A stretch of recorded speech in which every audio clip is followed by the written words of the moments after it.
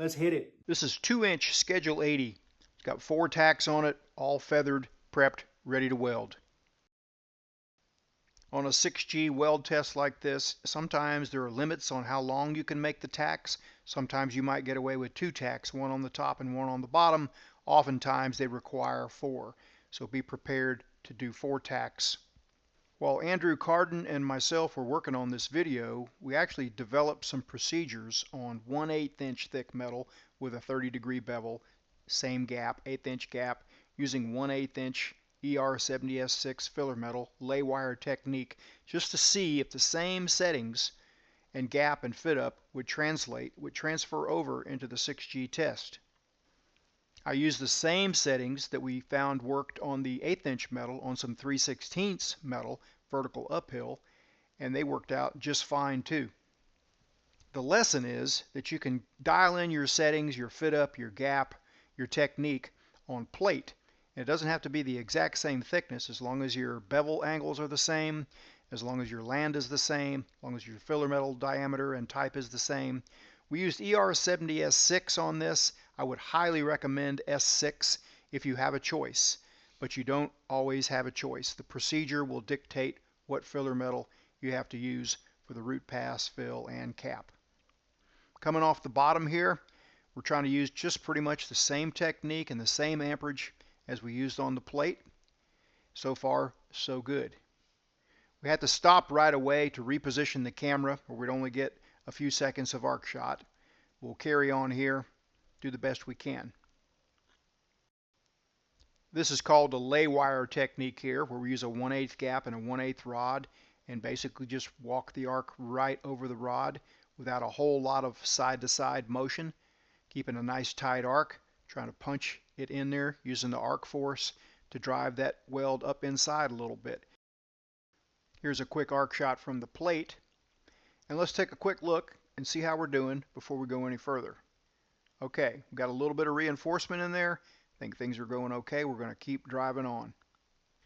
The reason a 6G test is difficult, especially on a small diameter pipe, and it seems to me that the smaller diameter, the more difficult it is, because you have to reposition your body rapidly. You've got to plan ahead. If you're going to be on a knee and you're going to stand up to make it to the top, you've got to plan for that. And so making a few dry runs and just getting comfortable and having a plan ahead of time is helpful. Another thing that's very helpful on small diameter 6G tests is a TIG finger. You could walk the cup on a 2-inch 6G like this, but once you get down to a 1/2 inch or 1 inch, it becomes really difficult. And even on this joint, if you're not perfectly comfortable walking the cup with both hands, maybe freehanding is a good idea. And if you're freehanding, you don't want to be concentrating on how bad your knuckles are smoking. You would like to be concentrating on making a good weld. Andrew's switching over to left hand now. It's good to be able to weld with both hands. It's not 100% necessary. I've seen people do a 6G using their right hand for both sides and kind of get contorted and everything, but whatever works for you. It's not necessary, it's just helpful to be able to use both hands. So if you're a student in school and there's no pressure for you to get finished with this in any certain time, I would say devote a lot of time to using your left hand or non-dominant hand as well as your dominant hand, and get good at both. Get to where it doesn't feel so awkward when you're using your non-dominant hand. My friend Andrew Cardin here doing the welding was a world skills competitor back several years ago, 2015. He placed 5th in the world competition. And I'm always amazed when I work with him on videos like this. He won't hesitate to do anything left-handed. Stick, TIG, doesn't matter. Here's an example of why you would want to opt for ER70S6 instead of 2. It's when your gap closes like this, and that's going to happen. It's going to shrink a little bit. The S6 with the higher silicon content will help it flow in there a little bit. It's tougher to get that to penetrate with S2, especially on the bottom. Now Andrew's going to sew up that last little section, and we'll take a look at the root pass. Still got the machine set at 100 amps, full pedal, so we're probably about 97 or 98 amps Andrew's going a little bit slower because that gap is a little bit narrower, and overlapping a little bit to make sure it blends into the previous weld. And so now let's take a look and see the inside. Looks pretty smooth, pretty uniform. Looks like all the walls are broken down. Tie-ins on the tacks pretty good. Look like it pushed through pretty good even on the bottom. And so the hot pass will probably push it through a little bit more. But we're in pretty good shape here. So we're going to let this thing cool off before we put the hot pass on there. Not to where it's completely cool, but just where we can lay a hand on it. Alright, it's just warm. I could lay a hand on it now. We'll put the hot pass on there. Just going to, and in this case, the hot pass is not going to be welded any hotter than the root pass. Sometimes you bump it up, sometimes you don't. Just depends on how heavy a root you got in there. Last thing you want to do is suck back your root pass, especially if you put in a good root pass. You don't want to disturb it. You don't want to melt through. So that's a good thing about freehanding on a hot pass like this, is you're free to motor on out and take pretty big steps. You don't spend a lot of time across the middle, and usually comes out okay. Filming a small diameter 6G like this is no piece of cake, let me tell you. We've got to stop and start all the time, so hats off to Andrew for laying in there with me. Lots of stops and starts just so we could get arc shots, so that it made for a good instructive video. You saw Andrew kneeling there and you didn't see a foot pedal. I mentioned we were using a foot pedal, and you're like, well, where is that? Well, Brad Goodman is visiting here and he's running the foot pedal, and he's pretty much just going wide open, and then he tapers off for Andrew. Normally you'd probably be using an air-cooled dry rig scratch start setup for a test like this. You hardly ever would have a foot pedal. We were shooting several videos on this day, and we just used the same setup for this 6G test, just to make things a little bit easier on Andrew. It's looking like this hot pass is pretty much filling up the joint where we'll be able to do a 2-bead cover pass and still have enough reinforcement on the cap. That's the goal anyway here.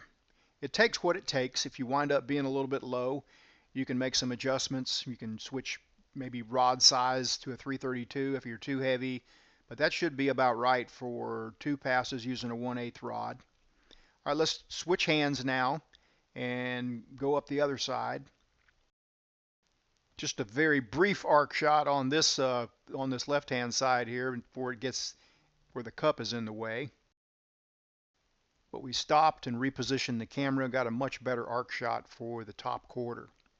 I'm just going to let this run right here. You can see kind of how Andrew is hand positioning and keeping a little bit of pressure on that 1/8 rod, gradually moving his body around to maintain a good line of sight where you can see what's going on.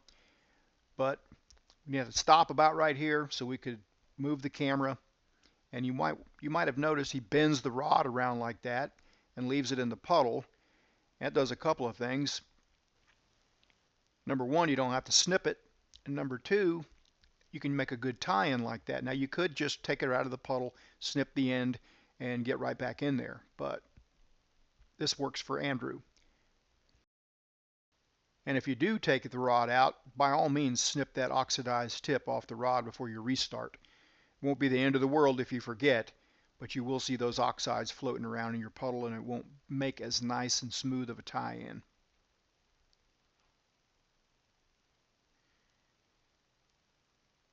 Getting close to being finished with the hot pass.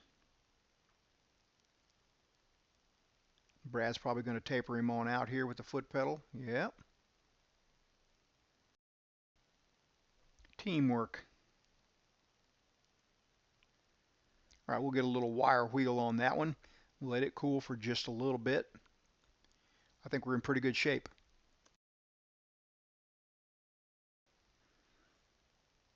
All right, coming up, a 2-bead cap. So that first bead is going to be on the bottom half. I'm going to try to overlap that bevel by about 1/16 of an inch. You don't want to get crazy and go way outside, but you don't want to just barely come up either and just nip it. You want to overlap it just a little bit. Mix everything in there. You might notice that cup is leaned back pretty far with a steep torch angle, and that's just what it is on a 6G pipe sometimes. Fortunately, there's a lot of leeway there. It's not necessarily a bad thing. Sometimes it helps that weave lay in there nice and flat. Sometimes you would use a lot less angle than that if you're, can get to everything just fine, like say on a 2G. But when you're on your knees and you're moving your body around, something like a lot of torch angle is least of your worries. As long as it's going in there right, laying down, you're not cold lapping, it's fine. Something I didn't mention earlier was that it's usually not forbidden to walk a cup on any test site. I have taken tests that was strongly encouraged to freehand, and it just seemed like everybody that walked the cup got looked out, failed the test. And so, when in Rome, if the procedure is there where you're at, if they're like, we'd like for you to freehand, or some I've actually heard even where they really strongly want you to walk the cup. So you just do whatever's going to give you your best chance of passing the test. It's great to be able to do both because oftentimes, especially with Boilermaker type work, there's not a whole lot of room to walk the cup. All right, time to do the other side, switching over to left hand. Not a whole lot of anything to talk about that's different here other than it is left-handed. Same exact technique. I'm going to let it run just so you can watch Andrew's body positioning, how he holds the filler metal, etc.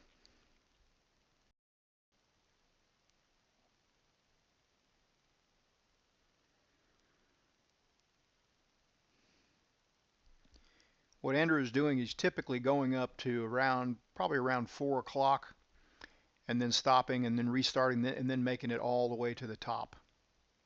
That's not a very clear arc shot right there. Camera got out of focus. Coming back in there. There we go.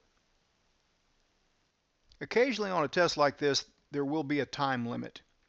And if that's the case, it's going to get toasty. And that is another reason for the TIG finger. If you can let it cool, you could probably prop far away enough from it and you could get by just fine with some heavy gloves or something like that. But if there's a time limit, by the time you get out this far, that thing is getting pretty toasty and it's getting your attention.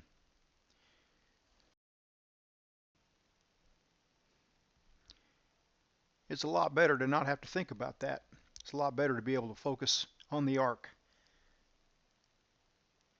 We're getting close to tying into that previous bead from the other side now. Brad's going to do his taper off. Here we go. And we'll hit it with another wire wheel here real quick, and then we'll do that last bead, both sides, and then she'll be done. Sometimes a drill is enough with a wire wheel if you just need a light brushing and you don't sling bristles all over the place. In pretty good shape there. Andrew's going to opt to do left side first here and the right side last. Getting that hard one out of the way first. And for him, I don't even think it's a hard one. I don't know if he has a preference, left or right-handed. Again, overlapping that bevel just by about 1/16 of an inch and trying to bring that bead down the same distance over the previous weave. Definitely looks like we're going to have enough reinforcement on the cap, but not too much. It's going in pretty good.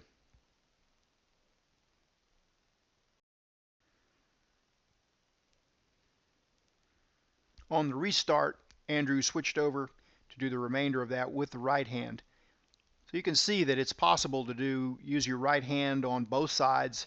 You just have to figure out what's comfortable, figure out a way to do it. It might be that just you do a little portion left-handed like Andrew just did. Worked out pretty good for him. I've talked a lot about what a big deal it is to be able to pass a 6G test. And all I mean by that is it's fresh in my mind, even though it was 40 something years ago when I went to take my first one, and the nerves are there, and it's humbling to fail and have to go back home with no paycheck and start over, basically. Practice again, go take it again. Hopefully they're still hiring by the time you're ready to take the next one, but you don't know that. So I'm not trying to overdo it or overemphasize it, but it's a big deal, and so there's a lot to say about it, about things like don't drink too much coffee the morning of a 6G test. Don't drink too many energy drinks. Get a good night's sleep the night before, which might mean going to bed early the night before, so that you're on more of a pattern of being able to get up early. You might have to drive several hours before you take one. There's a lot of things that go into it. You know it's a paycheck. It's a difference between getting a paycheck and not getting a paycheck most of the time. So you can't help but feel the nerves a little bit. So that's the reason for making videos like this. If I can do anything to help a young man or a young lady going to take their first test and knowing what's on the line, then I feel pretty good about that. We're on the last leg of this thing now. About to wrap it up. No need in rushing things though. Just continuing to go the same speed. Again, overlapping that bevel edge right there by a little bit. Trying to do it the same each time. And we're just about there.